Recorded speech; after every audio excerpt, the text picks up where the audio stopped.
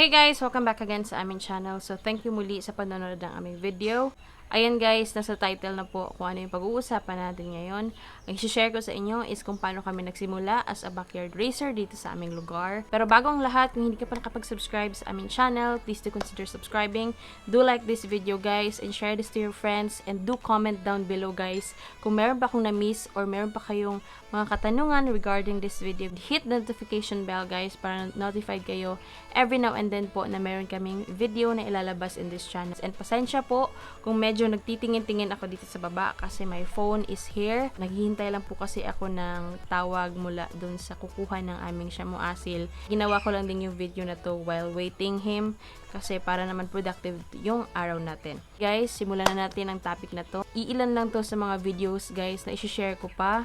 Meron pa kasi ako mga i-share na video. Meron ako mga 5 rason kung bakit maganda kung mag-start na kayo ng native chickens in this year 2020. So, abangan nyo na yung video na yan guys. So, ayan guys, a little background lang before we start in our backyard is meron kaming pinaglagyan ng aming mga breeders noon doon sa bukid or doon sa sikitan, specifically here in KIDAPAWAN. So, ayun guys, doon kami actually talaga nag-start ng pagre-raise ng native chicken. Hindi pa kami agad-agad nag-backyard kasi nga wala din naman kaming backyard noon. So, ngayon lang kasi nga nagkaroon kami ng backyard. So, hindi ko na yun details guys kung bakit nagkaroon kami ng backyard and everything. Kasi it was personal for me. So, ayun, sana maintindihan nyo yun guys. So, ngayon, nagkaroon kami ng backyard dito sa city. Yun ang naging chance namin na why not dalhin na lang namin dito yung breeders. Before guys ayun, doon namin lagay yung aming mga breeders. Yung bayaw ko yung nag-aalaga and then yung asawa niya kasi nga nandun sila and then sila yung kamalayo sa mga kapitbahay. So, doon kami before, that was 4 years ago, doon kami nag-start. Hindi siya naging madali kasi nga kailangan namin pumunta doon at least once a week, twice a week. Let's just say weekends, pumunta kami doon. Hindi naman every weekend ako pumupunta pero yung partner ko, he made sure na makapunta siya at least kasi nga para ma-monitor din yung aming mga alaga doon. Hindi lang namin yung alaga guys, alaga din yun ng mga bayaw ko kasi nga naghati kami noon kasi yung bayaw ko tsaka yung kapatid niya or yung mister ko, sila yung naghati in that project. So, ayun yung nangyari doon sa bukid. Dito, nagdala kami sa backyard namin kasi gusto namin na hands-on kami. At least, aware din kami kung paano sila alagaan, kung ano yung mga basic tips. At ang pinaka nakatulong sa amin is si bayaw talaga. Kasi nga, siya yung tumulong sa amin on how to cure yung mga sipon, yung mga basic na halak-halak, kung ano yung mga rason kung bakit parang nilalagnak yung ating mga manok, yung mainam na gawin, at saka yung mga basic na mga kaalaman guys, yung pakain. Ipa-flash ko sa screen kung sino siya, ayan siya guys.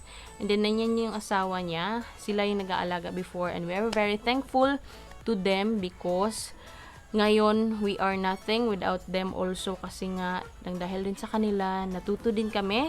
Ang pag-aalaga ng chicken is maselan din guys kasi nga, pasensya talaga ang pinakapuhunan din dyan kasi, kumbaga, hindi ka dapat ma-disappoint kasi sa isang bagay tulad nung mamamatay yung mga sisiw.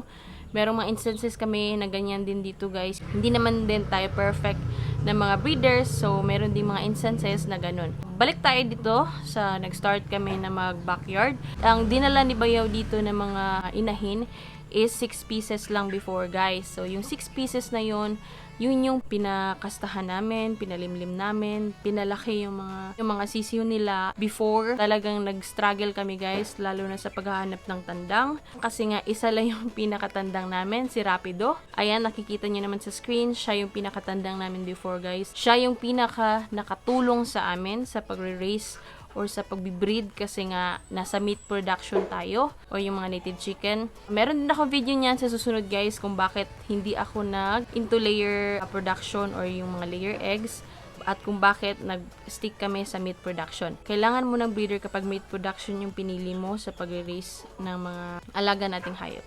Yung way kasi namin guys sa pagpapakasta is salitan. Kailangan namin dalahin si Rapido kapag yung mga sisiw namin is malalaki na and then yung mga inahin namin is napakondisyon na. So, dito si Rapido that time. That time naman na nandito si Rapido, yung mga ano ni Bayaw doon, yung mga inahin ni Bayaw doon is naglilimlim na. Hindi niya na kailangan ng rapido doon kasi lumilimlim na yung mga inahin nila doon. So kami naman yung may kailangan kasi napakondisyon na namin yung mga inahin namin and then malalaki na yung mga sisiw. So kami na naman ang may kailangan kay rapido. So ang nangyari, si rapido, kapag dito yung kailangan na siya, dito siya, and then lumilimlim na kay bayaw. Tapos kapag kay bayaw naman is ready na to breed or napakondisyon na rin, tapos lumilimlim na yun dito sa amin, is that's the time na isasauli naman namin si Rapido doon sa bukid. Napakahirap para kay Rapido, hindi man niya masabi kasi nga isa siyang manok, pero I believe talagang napaka-stressful. Halos wala siyang pahinga guys kasi siya lang yung inaasahan namin. Though si bayaw doon, meron siyang mga broodcock na nahihiram din. Hindi naman din yun sa kanya. So, yun yung sinasabi ko sa inyo na kailangan meron talaga tayong sarili na broodcock or hindi dapat tayo umaasa sa ibang mga broodcock. Pero magpapasalamat pa rin tayo sa kanila kasi nga nagpapahiram sila. So, ayun ang pinaka-importante din doon. Huwag natin kalimutan yung mga taong nagpahiram sa atin ng mga materyales or yung mga breeders. Yun ang nangyari. So, yung mga breeders namin dito, 6 na inahin lang guys. Si Rapido is balik dito, balik doon. Yun ang nangyayari sa lifestyle ni Rapido. Yun ang nangyayari kay Rapido noong nandito na kami sa aming backyard nagre-race. So, ayun, nagsimula kami sa 6 na pirasong inahin lang guys. So, hindi siya like binili.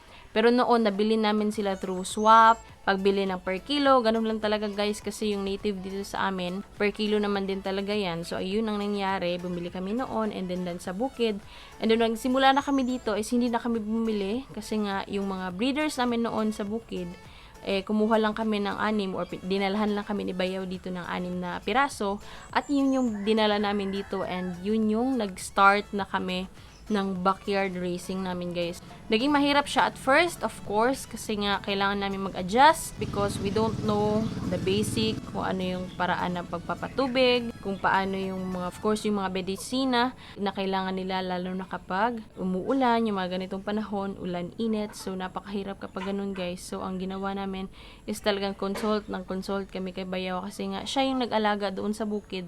So, siya yung mas may nakakaalam kung paano yun sila i-manage. So, thankful naman din kami sa kanya. Eto, marami din nagtatanong kung bakit out of stock kami palagi. Guys, depende yung demand sa atin. Dito kasi sa amin, malakas ang demand sa aming mga native chicken and then konti lang yung supply. So, ang kinaganda doon is nauubos agad yung mga stocks namin and hindi namin kailangan na ibenta pa doon sa mga lower price. Alam naman natin kapag doon sa bagsakan, lower price yung kuha nila or para kasi yung ano guys, wholesale, talagang baba pa sa presyo yung mga retail. Sa awa ng Diyos naman guys, hindi naman kami pumunta or humantong sa puntong iyon na dinadala namin yung mga alaga namin doon para lang ibenta kasi nga medyo marami na. Ang nangyari din po kasi guys is hindi kami papaiwan ng mga babae. Meron kasi mga ibang breeders na halos mga babae, kapag babae talaga is pinapaiwan nila. Dito kasi sa amin guys, hindi namin iniiwan yung lahat ng babae. Sa isang specific na inahin, kung meron kaming isang anak niya na nagustuhan o yung pinakamukha ng inahin na yun,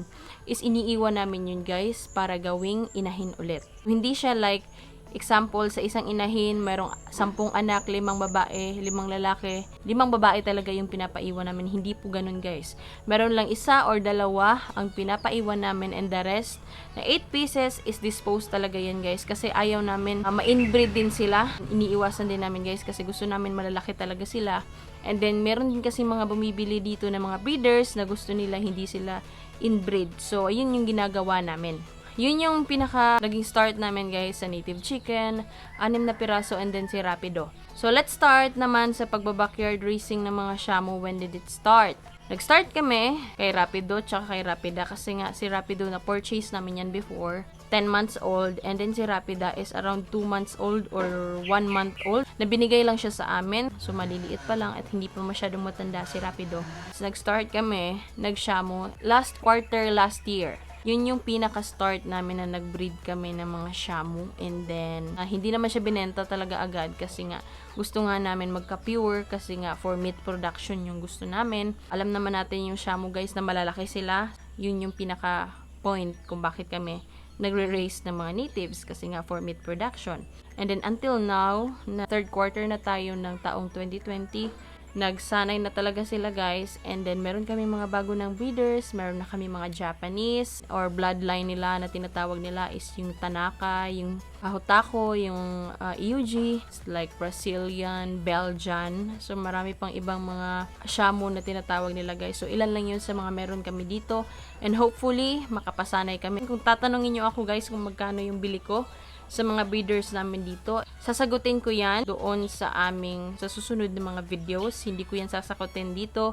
And kung gusto nyo naman ng agarang sagot, i-message nyo lang po kami sa aming page na Inday Puy Puy, kasi doon ako sumasagot regarding sa mga presyo, kasi ayokong na masabi kung ganitong presyo, which is iba-iba naman din kasi yung mga breeders na pinagkunan namin, and then iba-iba yung mga presyo nila guys, kasi nagmamatter yan sa purity ng ating manok na Shamu. Ano yung mga krinos na nila and everything. So kami, mga pure kasi yung nakuha namin. Doon ko na lang sasabihin kasi para wala naman tayong mga discuss dito ng mga money involved. Pero on my next videos, abang kayo, gagawa ako ng mga video kung magkano yung mga na-purchase ko ng mga Shamu, para meron din kayong idea kung gusto nyo mag-start ng Shamu breeding. So, abang na lang kayo. Hindi ko mapapromise kung sa susunod ba na video na to. So, ayun guys, doon kami nagsimula as a backyard racer. Sa 6 na pirasong inahin. Si Rapido, of course, naging mahirap pa kasi nga si Rapido pabalik dito, doon sa bukid, ganyan. Until nagkaroon kami ng problema kasi nga akala namin hindi mauubos kasi nga napakarami. Like umabot kami sa point na yung mga sisiw namin or yung mga ipang didispose na namin is nasa around 100 pieces na. So imagine guys, ang lalaki na nun. Ang pinag-ano talaga namin dun kung saan namin i-dispose kasi nga napakahirap kapag papakainin pa namin yung ganun karami, kasi nga ang dami nila guys, and malalakas na silang kumain, of course, kasi malalaki na sila. I turn out naman na maganda kasi nga it was December, and then napakataas ng demand talaga ng mga native guys. Talagang naubos yung 100 pieces namin that time. Before first quarter, second, third, fourth, yung fourth quarter last year, 2019, yun lang yung pinakamarami naming na-breed. Yung mga una is mga nasa around 30 pieces, 50 pieces. Yun lang yung mga nabibreed namin kasi nga backyard racer lang kami. Baka din kasi manakaw kasi nga nandito tayo sa city. Kung ayaw natin masaktan kasi nga nawala yung isang manok natin, tayo na lang yung mag-isip kung paano natin sila mamamanage na hindi palabas-labas pag-alagala. Of course, monitoring, yun yung pinaka dapat natin gawin guys, yung pag-monitor ng ating mga alaga. Yun yung aming video for today guys, yun yung nangyari, yung paano kami nagsimula. So that's it for this video guys, and yeah, hope you like our video today, and if you haven't subscribed, consider subscribing guys. Do like this video, share this to your friends, comment down below kung meron pa yung mga katanungan regarding our video for today. And yes, I would just like to shout out you people na nanonood sa aming video. Shout out to Sir Emerson Gaspar from Qatar, to Sir Vicente Lubay from Albay, to Sir Ning Deloy, maraming salamat sa panonood po sir, to Sir Arthur Nebres from Tarlac, to Sir Michael Nulon from Sultan Kudarat, to Sir Hernando Gekosala from Cotabato City, to Sir Gavi Miko from Bulacan, to Creative Channels 54 from Coronadal City, and also to Sir Jason Pagudar. Maraming salamat sa inyong panonood, sir, na walang sawang panonood at pagsuporta. So, ayun, that's it for this video, guys. Hope you liked our video. Again, wala yung partner ko kasi nga nasa Davao siya, guys. He's doing something about sa work niya. So, ayun, thank you for watching, guys. And again, peace out, everybody. Stay safe, stay home. Goodbye, guys.